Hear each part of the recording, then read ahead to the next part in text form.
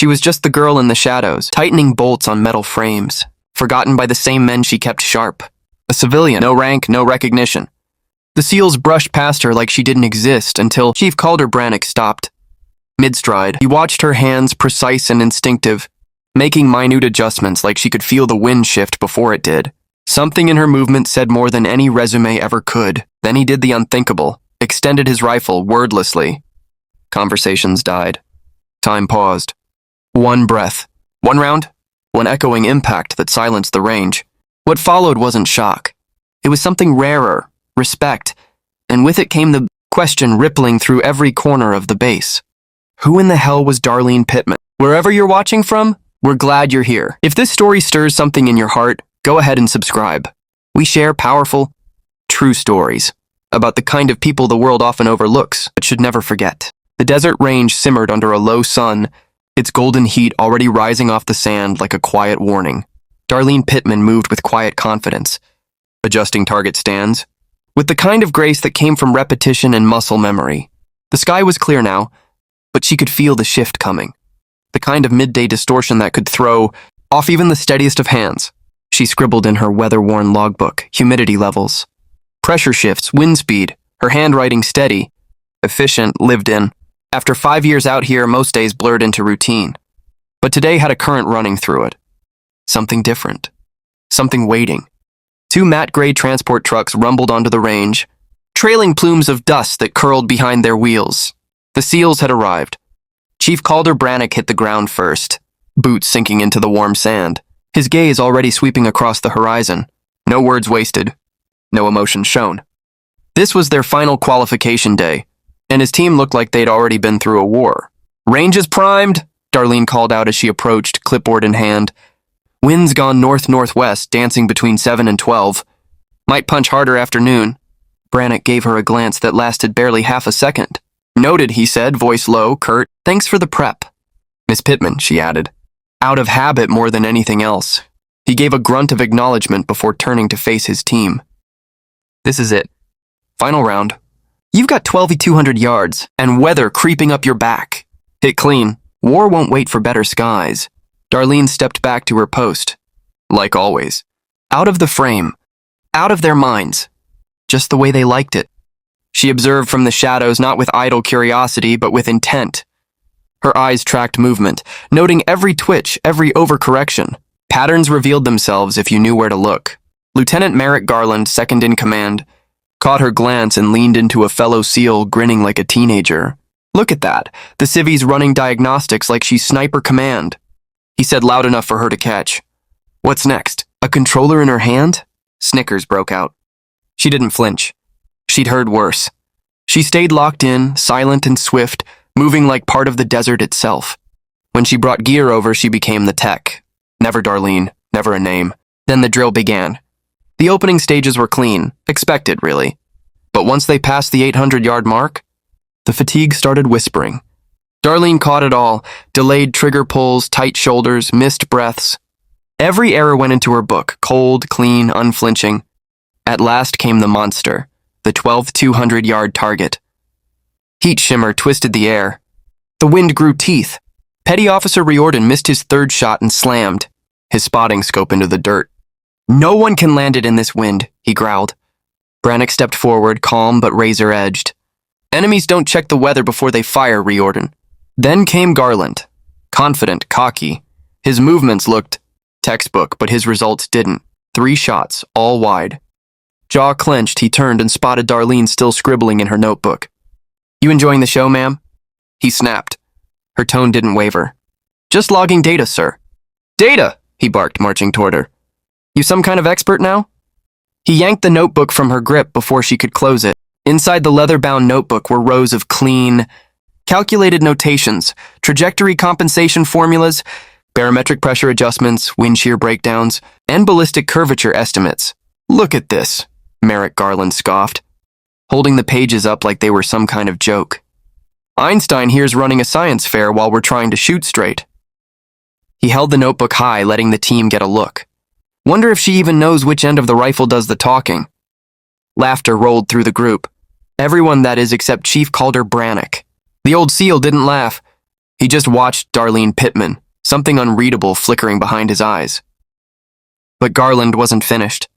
So tell me, Miss Clipboard, what's your expert opinion on today's shooting? Got a Yelp review hiding in those equations? She met his sarcasm with composure. Just logging conditions, sir.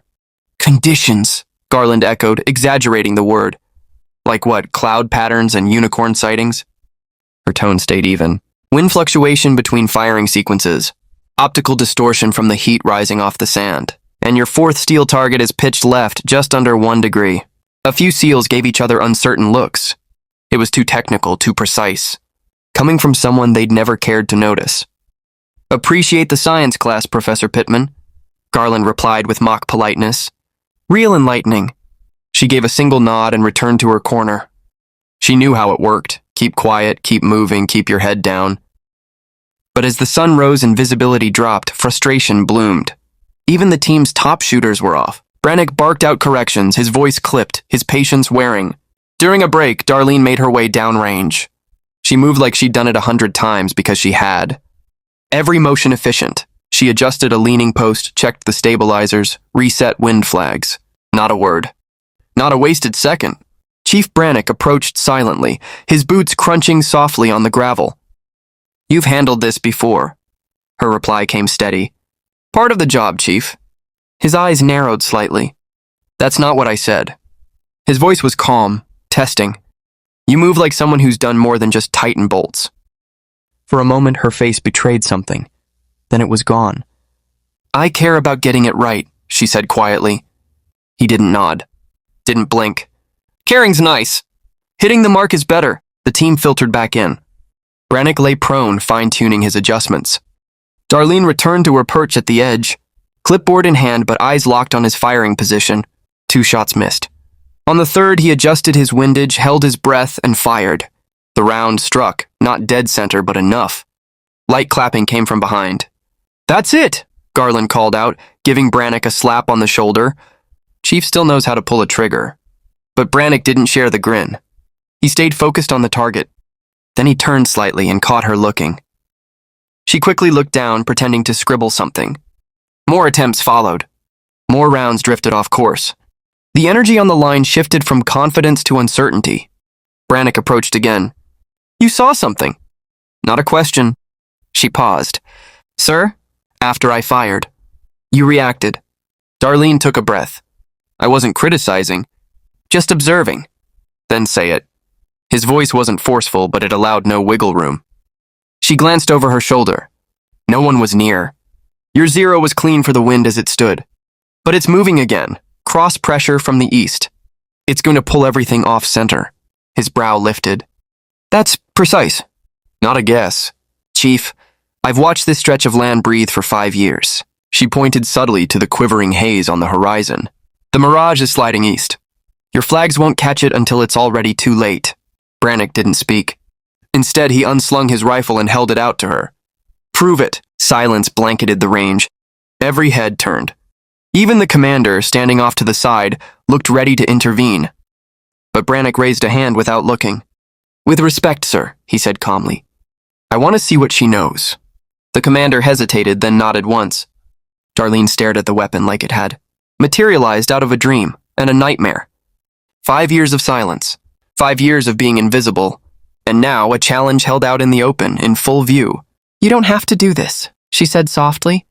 Brannick's eyes didn't waver. I think you do. Merrick Garland stepped closer, arms crossed, grin forming like a bruise. What's this, Chief? Training the help now? Merrick Garland crossed his arms, sarcasm dripping from every word.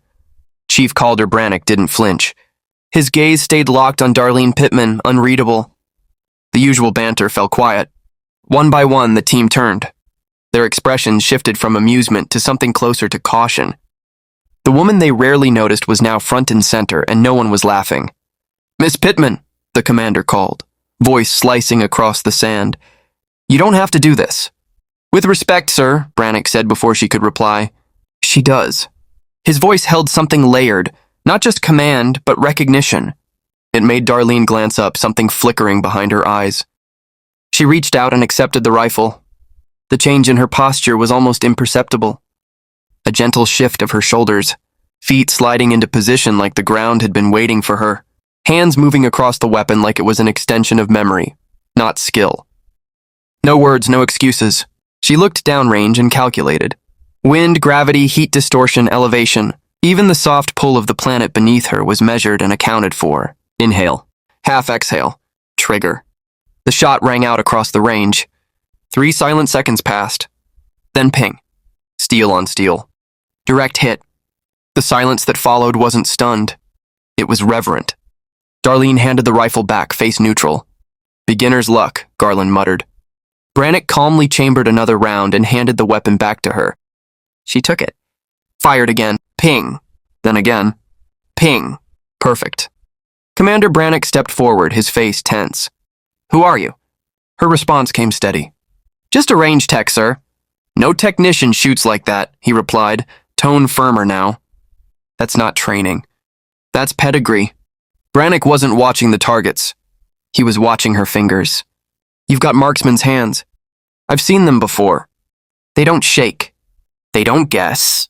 A shift moved through the team, like wind shifting across dry terrain.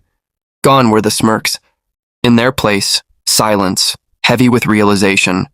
I think, Brannick said slowly, we've all underestimated Miss Pittman. But behind the words, his eyes were asking a deeper question, one she wasn't ready to answer. Downrange, the target stood riddled, not with scattered hits, but with 3 holes tight enough to be won. It wasn't luck. It wasn't coincidence. It was legacy, a signature, one she'd tried for years to erase. And now it was written again, in front of everyone. She knew in that moment the quiet life she'd built was over. Anonymity? Gone, and what came next? She wasn't sure she wanted it. Brannick straightened. His voice cut clean through the tension. Gentlemen, I believe we've just been reacquainted with Deadshot Pittman. Murmurs stirred. The name meant nothing to the younger SEALs, but the older ones froze. Recognition lit their faces. Ghost Recon Operation Rainfall, Brannick continued. Team went dark. Exfil under enemy fire. Show killed in action. 1 operator held the perimeter alone for 19 hours. 43 confirmed. 0 misses! Darlene didn't move. Didn't speak. Just stood there, eyes low. The commander stepped forward again. His voice had softened. That sniper was listed as KO. Paperwork's not always right, Brannick answered. He didn't look away from her. Garland blinked hard. Wait, you're saying she's Master Sergeant Darlene Pittman, Brannick said, cutting in. Congressional Medal of Honor, presumed dead. The team stood straighter. No command was given, but the men began to salute. One by one, until only Darlene remained unmoving, until her eyes rose to meet theirs. Her calm cracked just barely. I never came back for the medals, she said, voice thin. Didn't want the parades or interviews. Brannick asked quietly. Then why this? Why stay buried out here in the sand? She turned to the targets, then back to him. Because I know how trajectories work, Chief. Not just bullets, lives. One bad decision can change everything. She paused, eyes wet but steady. After Operation Rainfall, everything changed. My record vanished. So did I. Darlene's gaze drifted toward the quiet expanse of the shooting range. But this place, this still makes sense to me. Chief Calder Brannick broke the silence, his voice low. You knew I'd figure it out eventually, didn't you? Darlene gave a slight nod, her eyes holding his. The way you pivot when bracing for recoil, the shoulder you favor. You never fixed that old wound. Her voice softened. Fallujah 2019, I was your spotter. You just didn't know it. Brannick narrowed his eyes. That wasn't you. Balid Training Grounds? 3rd Recon Unit? Different name. Same eyes on the scope. She let out a quiet breath. A short distance away, Commander Thorne lifted a hand, gesturing for the others to disperse. Everyone back to barracks. Brannick, Garland, you stay. Soon the sand settled outside and the 4 of them moved into a secure debrief room. The walls were bare. The tension wasn't. The door closed behind them with a hollow click. Thorne turned to her, eyes steady. I need a straight answer, Pittman. Who exactly am I talking to? Technically, former staff sergeant, Darlene answered. But on paper, I've been dead for 5 years. You're clearly not, Garland muttered. His voice stripped of sarcasm, this time edged with something closer to humility. Darlene didn't react. She spoke plainly. After Rainfall, I was debriefed under sealed conditions. No citations, no press. Just options. Accept the medal quietly, vanish, or go deeper into the field. You stayed operational? Thorne asked, leaning forward slightly. For a time. Covert deployments. No uniforms, no ranks. Just missions. Her hand drifted unconsciously to her side. Until I took a hit that ended the run. After recovery, I was offered quiet retirement with a new ID, but I asked to serve from the shadows. This range gave me purpose, gave me peace. Thorne watched her closely. Peace with a side of disrespect. These boys talked over you like you were invisible. That was the idea, she said simply. Ghosts work best when no one's watching. Hiding in plain sight, Brannick said under his breath. And none of us ever saw it. You weren't supposed to, Darlene replied. Thorne leaned in, voice firm. I'm not asking for details above my clearance, but I need to know why my senior chief recognized someone who, officially, is buried with full honors at Arlington. She turned toward Brannick. He was part of the recovery team. Your unit arrived after mine had gone dark. You never saw my face, but shooters remember patterns, not faces. Brannick gave a slow nod. It was the way you moved, the way you breathed between rounds. I couldn't place it. Not at first. But when you took that shot, I knew. Garland finally spoke, his voice quieter. The report said 19 hours alone. Just you, no backup. I wasn't counting minutes, she said. Her voice didn't waver. Thorne folded his hands. 43 confirmed. No margin for error? Darlene's eyes didn't shift. There was no room for mistakes. That wasn't courage. That was survival. The room fell into a deep, weighty silence. Not one of disbelief, but of understanding. Everyone knew what that kind of accuracy meant. What kind of will it took? Garland broke the moment. So what happens now? Thorne leaned back in his chair. We honor what's written in the record. As far as official documents go, Master Sergeant Darlene Pittman gave her life with distinction during Operation Kingfisher. Today, Miss Pittman works here as a civilian range tech. And she's far more than capable. Chief Calder Brannick wasn't satisfied. Respectfully, sir, we're letting real talent sit idle. She should be leading instruction, not patching paper targets. Commander Rayan Thorne held his gaze. That decision's above our pay grade, Chief. He looked to Darlene. If you're interested in a change, I can make a few calls. No need, she answered. I'm exactly where I belong. Merrick Garland leaned forward. You mean to tell me after everything you did, you're content to stay hidden back here? Darlene didn't blink. Lieutenant, have you ever taken 43 precision shots in a single day, knowing everyone meant someone else lived or died? No, ma'am. Then believe me, there's peace in being invisible. She rose from her chair. If that's all, Commander, I'd like to return to my duties. Thorne nodded. You're dismissed, and... Thank you, Sergeant. She paused briefly at the doorway. It's just Darlene now. As she walked across the open range, Brannick fell in step beside her. They really think you're gone, don't they? At the top levels, yes, she said calmly. The official record says I died during the final evac. That story holds for most, and now I know different. She glanced at him. You do, that complicates things. You have my word. I'll keep it quiet. She stopped walking, turned to him. I believe you, Chief, but secrets like this, they don't stay buried forever. One line in a report, one old record flagged, and it starts unraveling. You think they'll pull you back in? Eventually. Once your report hits the system. He studied her. Would that really be so bad? She gave a faint smile. You think I ever left? Every adjustment I make here, the height of a target, the angle of a frame, how you train, it influences what happens downrange. I may not be pulling the trigger anymore, but I'm still in the fight. Just differently. Brannick nodded slowly. Fair point. But you didn't answer me. Would it be so bad? She looked out toward the shooting lanes, the steel plates glowing under the amber sky. I've made peace with who I am, Chief, with where I fit now. I'm not looking to rewrite that. They split paths quietly, Brannick returning to his squad, Darlene back to her gear. Later that night, alone in her small barracks unit, she finished her simple meal. The knock came just as she reached for the lights. She opened the door. Commander Thorne stood there, his face unreadable. Got a minute? She nodded, stepping aside. Once inside, he didn't waste time. I briefed upper command. They know. She took it in without flinching. I figured. They've requested a formal sit-down tomorrow, 0800. She held his eyes, then gave a quiet nod. I'll be there, for what it's worth. Commander Thorne said, pausing before the exit.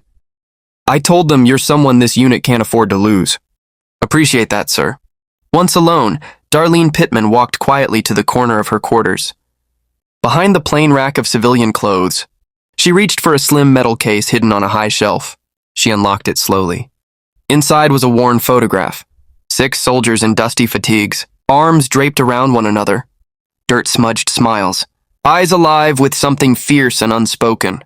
Darlene stood at the center, short hair, a steady gaze, the lone woman in a squad that had felt more like home than any place since. They were gone now. Every one of them. She closed the lid, slid the case back into place, and turned toward what waited next. The following morning, at exactly 800, she entered the base commander's office. 3 men awaited her. Commander Rayan Thorne, familiar and calm, a cold-eyed colonel she didn't recognize.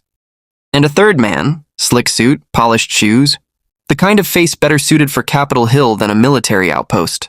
Master Sergeant Pittman, the colonel said. Or is it Miss Pittman these days? Either's accurate, sir. I'm Colonel Westfield. This is Mr. Price with intelligence. The suited man gave a brief nod, no trace of warmth in it. We've been reviewing your file. Understood, sir. I'm Colonel Westfield. This is Mr. Price with intelligence. The suited man gave a brief nod, no trace of warmth in it. We've been reviewing your file. Understood, sir. Do you? Price finally spoke, tone clipped. Because what I see here is a serious breach. Someone presumed dead. Now walking freely on a secure base, speaking with personnel who aren't cleared to know you exist. With respect, Darlene answered, voice steady. I haven't shared classified material. Chief Brannick recognized me. I gave no details about Operation Kingfisher. The fact that you're alive is classified, Price countered. I'm aware, sir. Westfield raised a hand, redirecting. What matters now is deciding the next step. My reassignment paperwork is complete, she said. New identity, relocation. I'm prepared to move quietly. That is one option, the colonel acknowledged. But we're offering something else. She waited, eyes on his. Your background is too valuable to sideline. We're building new advanced training ops, and someone with your field record could be the cornerstone. You want me in the classroom? We want your experience guiding the next generation. Not behind a trigger, but behind the doctrine. Fieldcraft, scenario planning, sniper strategy. And my name? Would be reinstated, Price broke in. All honors and rank restored. The false death entry removed from record. And my privacy? A pause. That changes, Westfield said. Your story goes public. Your past missions will be referenced. Recognition, press interest, even awards. The anonymity ends. Darlene took a breath, measured, controlled. May I have time to decide? 24 hours, Price replied. This isn't something we can leave hanging. Understood. Outside the office, Chief Calder Brannick stood nearby, eyes already reading her mood. Rough? Not rough. Just complicated. They giving you a way out? She gave a dry laugh. They always do, that's the trick. In the weeks that followed, everything shifted. The same corridors where no one had looked her way were now full of glances. Salutes from younger ranks, quiet nods of respect at the mess. Whispers. The woman who'd once faded into the background was no longer invisible.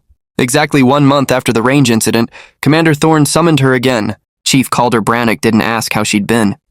He just got to it. Washington's noticed your shadow again, he said, voice like dry gravel. They're not exactly celebrating. Darlene Pittman didn't blink. I didn't go rogue, sir. After Ironwave, blackout protocol was the only move. The whole op is still stitched tight in black tape. He pushed a heavy envelope across his desk. They're giving you 2 paths. One leads to a quiet exit. You disappear again. New alias, new trail, clean slate. She flipped it open. Inside, fresh ID, a background she never lived, and a home she'd never see. And if I decline? You come back, officially. Staff Sergeant Pittman, back in the books. They unseal your file. That medal you earned but never claimed? Silver Valor Cross goes into the record. He leaned forward, steely eyes fixed. We're building leaders. We need your kind. She rested her fingers on the folder but didn't close it. Been living in the margins for years. Chief, not sure I remember what center looks like? That evening, the desert horizon was bleeding fire into the Arizona sky. Darlene sat quietly on her porch, a coffee cup untouched in her hand. The crunch of tires on gravel broke the stillness. A military jeep rolled to a stop. Merrick Garland climbed out, posture stiff but eyes unsure. Stop. Staff Sergeant, he greeted her, formality weighing on each syllable. She didn't move. This isn't a courtesy visit, is it? He shook his head. No, ma'am. My father served on the evac team during Iron Wave. Said someone stayed behind, held the line. They listed her as KIA. He swallowed, trying to bridge decades in a single breath. But he was wrong, wasn't he? She met his gaze, saying nothing. He never talked about what happened. But sometimes, in the middle of the night, he'd mutter numbers, 42. That's how many shots he said were fired. 42 rounds, and everyone meant someone else got home. She finally spoke, voice steady. That was the job. He nodded, jaw tight. Well, he got home. I grew up with a father because of you. Never got to say thank you until now. As his jeep disappeared into the dusk, Darlene sat motionless, the wind stirring old ghosts. 3 mornings later, the base chapel was hushed. She stood in dress blues that hadn't seen sunlight in 5 years. The medals across her chest felt like echoes, weighty, silent witnesses to things she never spoke about. Only a few had gathered, men and women who knew what unspoken sacrifice cost. Colonel Westfield read from her reinstated record, his voice solemn. Chief Brannick stepped forward, placing the Silver Valor Cross into her hand, not as a memory, not in memoriam, but here and now. Darlene Pittman had returned, not as a whisper in the shadows, as a guide, a mentor, a soldier who came back not to fight but to teach. Chief Calder Brannick stood tall, his SEAL team mirroring his stillness with practiced precision. Every line of their posture spoke of experience and restraint. When Colonel Harrow stepped forward and said, Master Sergeant Darlene Pittman, it's my honor to restore your active status, the room seemed to hold its breath. Effective immediately, you're appointed lead instructor in advanced sharpshooting for the Special Operations Development Group. With steady hands and a salute sharp as ever, she accepted the official orders. Thank you, sir. I won't take this trust lightly. Later, during a modest reception in the debriefing hall, Brannick made his way to her with a rare grin. Feels strange, doesn't it? Wearing that uniform again? She glanced at the fabric, then met his eyes. Heavier than I remember. But it fits better than silence. He gave a knowing nod. That's because it's the weight of responsibility. You've worn silence long enough. I wasn't silent, she said gently. I was mending. Took me 5 years to find my footing again. His stern expression eased into something gentler. Then I'm damn proud to see you back on your feet. I never truly stepped away, she said. I just took a longer road to get here. The air between them held shared understanding. The kind born from knowing the thin line between survival and purpose, between vanishing and being acknowledged. Her first morning back in uniform brought its own test. Standing before 20 elite sniper candidates, Darlene expected questions. What she didn't expect was the hushed awe, the kind that turns people into fables. She broke the silence herself. Let's get this straight, she said, firm and level. I'm not folklore. I'm not some tall tale told under tents to scare green recruits. I'm a soldier who kept going when things got hard. And that's what I'm here to pass on. A young soldier raised his hand, eyes wide. Ma'am, is it true you took down 43 targets and never missed? Her voice didn't change. That's what the records show. But if that's all you remember about me, then you've misunderstood everything. I'm not here because of numbers. I'm here because I learned how to be ready when most others weren't. That's the lesson. Over the following months, Darlene Pittman didn't just teach marksmanship, she rebuilt it. Her sessions didn't look like anything in the manuals. She taught them how to think under pressure, read the environment without second guessing, and understand what made a target more than just a shape downrange. You want to know what sets apart an excellent shooter from an exceptional one? She asked one morning. It's not just steady hands. It's a steady mind. It's knowing the wind, the slope, your limits, and knowing them better than your enemy does. It didn't take long before the results spoke louder than her resume ever could. The unit's shooting scores surged. What had once been called non-standard methods began popping up in other training regimens. Veteran instructors, who'd once dismissed her approach now, quietly sat in the back rows, scribbling down her words. She wasn't downplaying it, she was reconstructing it. By sunrise the next day, Darlene found herself standing before Commander Calder Brannick. I want to propose an addition to our current training approach, she began steadily. Something that addresses more than just marksmanship or tactical discipline. Brannick leaned forward, studying her. I'm listening. Psychological readiness, she explained. Before and after deployment. Tools for emotional resilience. Methods to process the weight of memory so it doesn't crush them later. Brannick folded his arms. That's not typically part of a weapons qualification course. It should be, she said with quiet conviction. We train them to act without hesitation, but we don't train them to live with what comes after. The mind doesn't reset just because the mission ends. For a moment, silence hung between them. Then something flickered in Brannick's eyes, something distant and personal. Finally, he nodded. Make it happen. Whatever you need, I'll authorize it. 2 weeks later, Darlene stepped into a small roadside diner nestled just past the base's outer fence. In the back booth, Lieutenant Merrick Garland sat with an older man whose features clearly echoed his own. As Darlene approached, the man stood, his posture stiff with military formality, but his expression softening with restrained emotion. Staff Sergeant Pittman, he said, his voice roughened by time and feeling. She nodded gently. It's a privilege to meet you, sir. Please, he said, motioning to the booth, call me Conrad.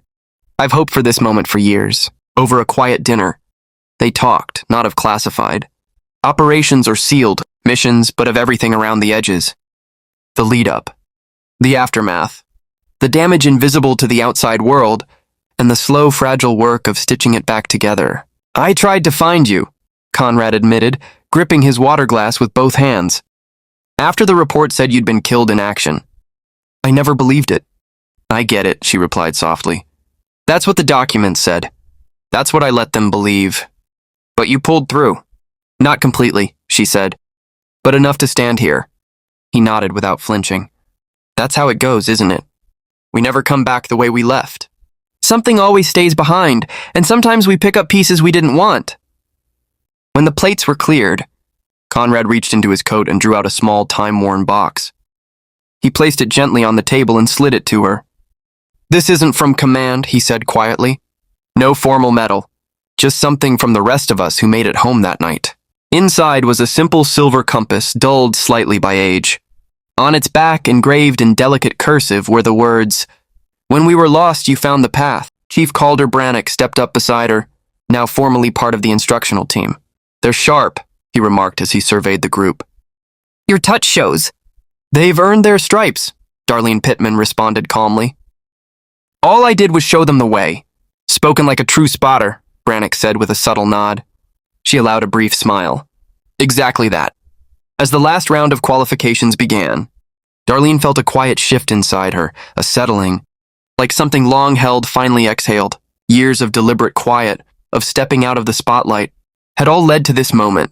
But now, instead of staying in the shadows, she was helping others stand in their light. The final trainee stepped into place, young woman who had battled self-doubt from day one. Darlene moved beside her and spoke low. Think back to our talks. This isn't about the target. It's about the stillness between your breaths. Trust that space. The woman gave a tiny nod, settled herself, inhaled once, then again. The rifle cracked through the hush, striking clean through the silhouette. Nicely done, Darlene said softly.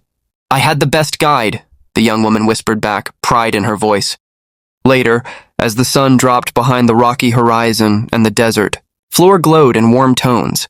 Darlene stood alone at the edge of the range. Merrick Garland came up beside her, skipping pleasantries.